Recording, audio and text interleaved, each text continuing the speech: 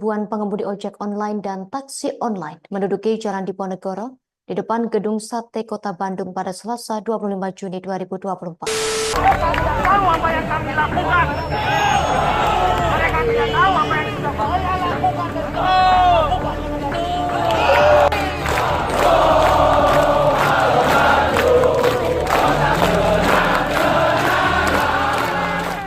Ojek online merupakan layanan transportasi berbasis aplikasi yang memungkinkan pengguna untuk memesan kendaraan mobil maupun motor dengan mudah melalui aplikasi ponsel atau telepon genggam mereka.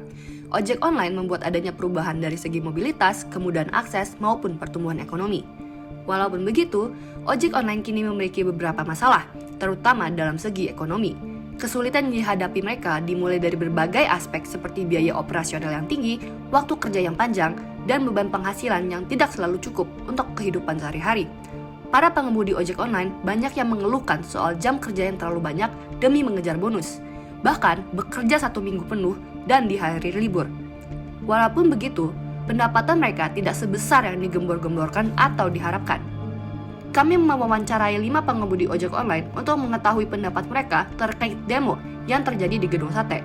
Kami ingin mengetahui jika para pengemudi ini dapat merasakan kesejahteraan bangsa sebagai pekerja ojek online. Selamat siang, nama saya Iin, jadi ojol dari 2015. Nama saya Deru Sugiarto, aktif mulai Gojek tahun 2017. Nama saya Yosep, ngojol kurang lebih 3 tahunan teh. Nama saya Jaya Permana, narik ojol tuh dari tahun 2016.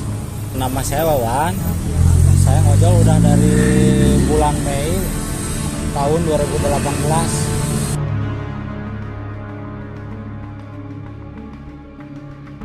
Tahu,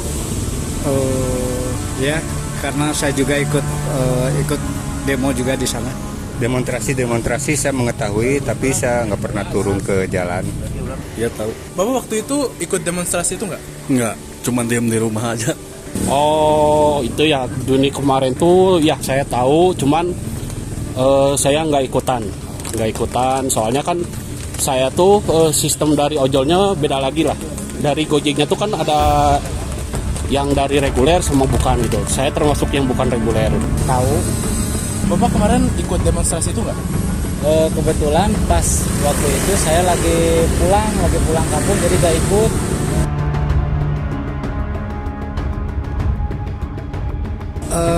Saya sebagai driver sebenarnya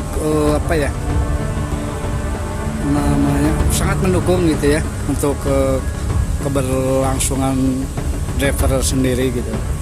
Ya, tapi tetap nggak ngaruh, nggak di ACC ya. Balapnya masih naik, cuman gak ada ACC. Terus ya bagus lah kalau menurut saya mah, untuk kemakmuran kesejahteraan para ojol di jalanan. Soalnya orang yang bekerja kayak ojol kan gak punya penghasilan tetap ya. Kadang-kadang per hari itu bisa cukup buat risiko di jalan aja. Kadang gak bisa buat bawa pulang. Kadang-kadang. Kesulitan ekonomi yang dirasakan oleh para pengemudi ojek online semakin memburuk dengan tarif yang semakin murah pada aplikasi-aplikasi ojek online. Kekhawatiran dan amarah terkait tarif yang semakin murah ini membuat pengemudi ojek online menuntut perusahaan mereka untuk menaikkan tarif dasar. Pada 25 Juni 2024, sekitar 3.000 pengemudi ojek online ikut serta dalam aksi unjuk rasa di depan Gedung Sate. Demonstrasi ini didasarkan oleh para pengemudi yang merasa bahwa tarif yang mereka dapatkan tidak sepadan dengan tenaga yang mereka keluarkan untuk mendapatkan tarif tersebut. Serta para pengemudi juga merasa bahwa tarif yang ditetapkan tidak manusiawi dan merugikan pengemudi. Selain itu, pendapatan bersih mereka kerap terpotong karena perusahaan memberlakukan promo serta promo. Alhasil, para pengemudi menuntut agar perusahaan ojek online menaikkan tarif dasar kendaraan 2 roda dari 2.000 menjadi 2.600 dan tarif minimal 4 km menjadi 11.600.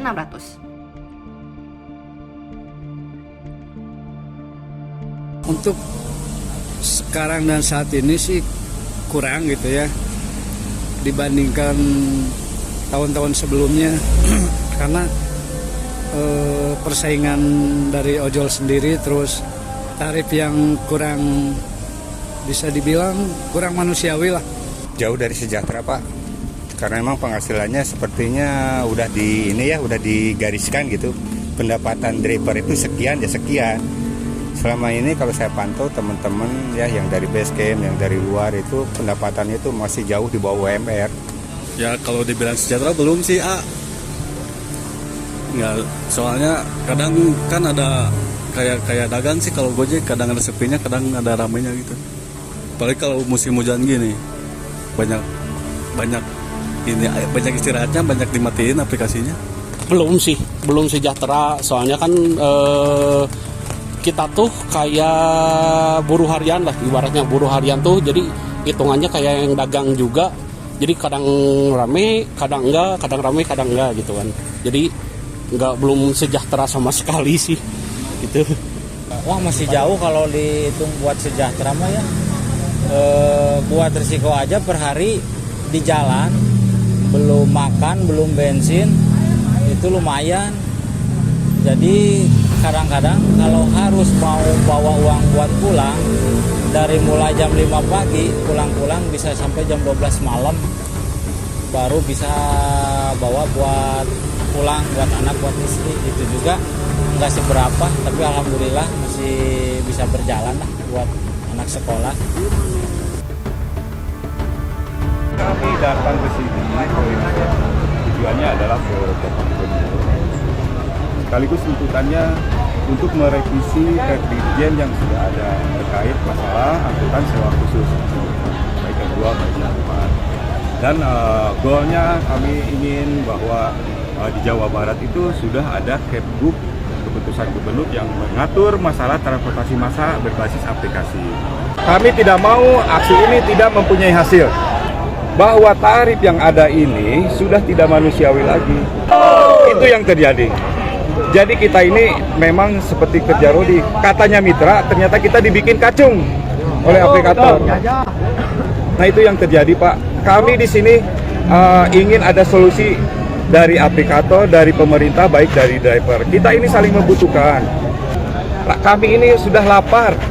Banyak kejadian para driver meninggal karena durasi waktu yang sudah tidak lagi seperti manusiawi lah. Lebih dari 12 jam kita kerja.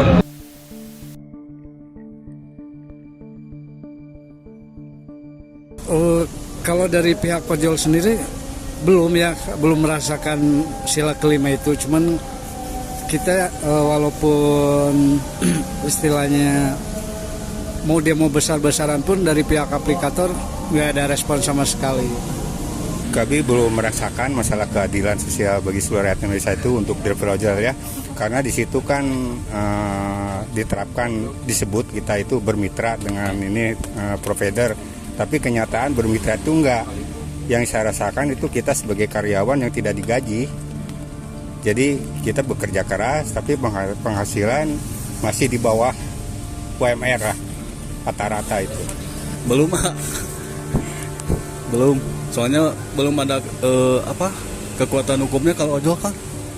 Belum sih, belum kata saya tuh. Ya, belum gimana gitu ya kalau dijelasin tuh. Kalau menurut saya mah belum maksimal lah. Kalau itu kan udah ada udah dari awal sempat ada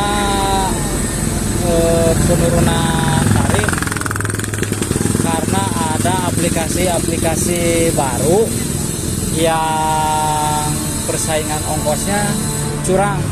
Nah dari situ sempat demo juga pemerintah sampai menyatakan di undang-undang ongkos sekian dalam radius minimumnya dulu tuh.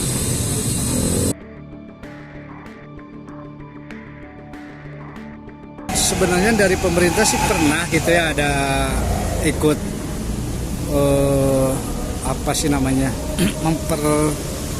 menyelesaikan masalah, cuman belum ada titik terang dari pihak aplikatornya itu sendiri sih. Dalam wacananya sih setelah demo-demo itu pemerintah akan membantu, tapi tidak ada kontribusinya yang terasa gitu ya. Walau alam apakah itu telah diterapkan atau belum, yang Yang jelas tidak ada perubahan dalam sistem itu, terutama per kilometernya misalnya ditaikan nggak ada, masih dari dulu juga begitu segitu. Jadi sekarang itu per kilometernya itu cuma 2.400. Tapi kenyataannya kita sepertinya itu banyak dikelobai dari GPS. Nggak tahu mungkin start nolnya itu dari 1 kilometer atau dari 2 kilometer setelah kita jalan start nolnya itu, jadi jaraknya itu jadi pendek. Trip jadi ini ya mungkin itu karena persaingan ya, dari persaingan dari antar kompetitor provider gitu. Saya nggak tahu apakah betul atau enggak. Yang saya rasakan ini kami rasakan penghasilan itu terus menurun dibandingkan waktu zaman dengan Nadiem dulu. Itu saya rasakan ya lumayan lah dibandingkan dengan sekarang ini. Belum ada perubahan dari dulu. Ya. Harapannya Bapak ke depannya pemerintah gimana? Ya harus ada payung hukumnya sih buat Gojek. Terus paling ya minta kenaikan tarif itu tindak lanjuti lah. Belum sama sekali itu kayak misalnya kita ke ojol itu belum ada badan hukum. Jadi kita tuh mau laporan atau apa, jadi belum ada backupan dari pemerintah gitu. Kayak tarif kemarin, penurunan tarif, jadi semua ojek online tuh gak ngikutin arahan pemerintah. Kalau misalnya adalah beberapa driver juga, bukan driver sih, aplikasi lain juga ada yang gak ngikutin pemerintah gitu. Cuman kalau Gojek, kalau saya pribadi dari Gojek mah ngikutin pemerintah, cuman yang lainnya belum sih, gitu doang. Merasa tercukupi nggak dari segi ekonomi setelah bekerja bertahun-tahun sebagai ojek online? Kalau buat memenuhi sehari-hari pas-pasan, kadang minus juga sih buat pulang. Kalau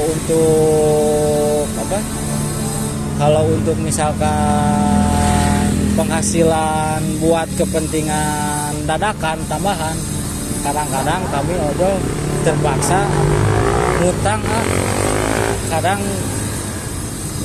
di kami sampai yang berkaitan sama pinjol juga untuk memenuhi kebutuhan tambahan selain kebutuhan sehari-hari. Baru yang terakhir nih, menurut Bapak nih, apakah pemerintah itu ikut serta dalam permasalahan tarif dalam kesejahteraan ojek online, Pak?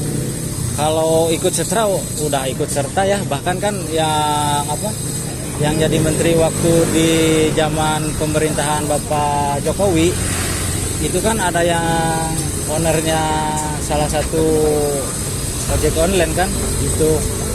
Jadi udah ikut itu, cuman belum maksimal aja untuk kesejahteraan ojol. Kami menyimpulkan, para pengemudi merasa bahwa mereka belum dapat merasakan kesejahteraan sebagai pekerja ojek online. Mereka merasa bahwa kerja keras mereka belum menghasilkan gaji yang setimpal. Bagi mereka, pemerintah belum menunjukkan perubahan nyata untuk kesejahteraan para pengemudi ojek online, seperti tarif yang masih rendah dan jam kerja yang tidak manusiawi. Mereka juga merasa penghasilan mereka terus menurun dan berdampak pada upaya mereka mencukupi biaya sehari-hari. Sila kelima yang menjunjung keadilan sosial bagi seluruh rakyat Indonesia belum dirasakan para pengemudi ojek online ini. Kami merasa bahwa para pekerja ojek online yang rawan merasakan kebijakan negara harusnya mendapatkan lebih banyak perhatian pemerintah untuk memiliki kesejahteraan. Namun, berdasarkan wawancara yang kami lakukan, pemerintah masih perlu meningkatkan upaya dalam memberikan kesejahteraan bagi para ojek online ini.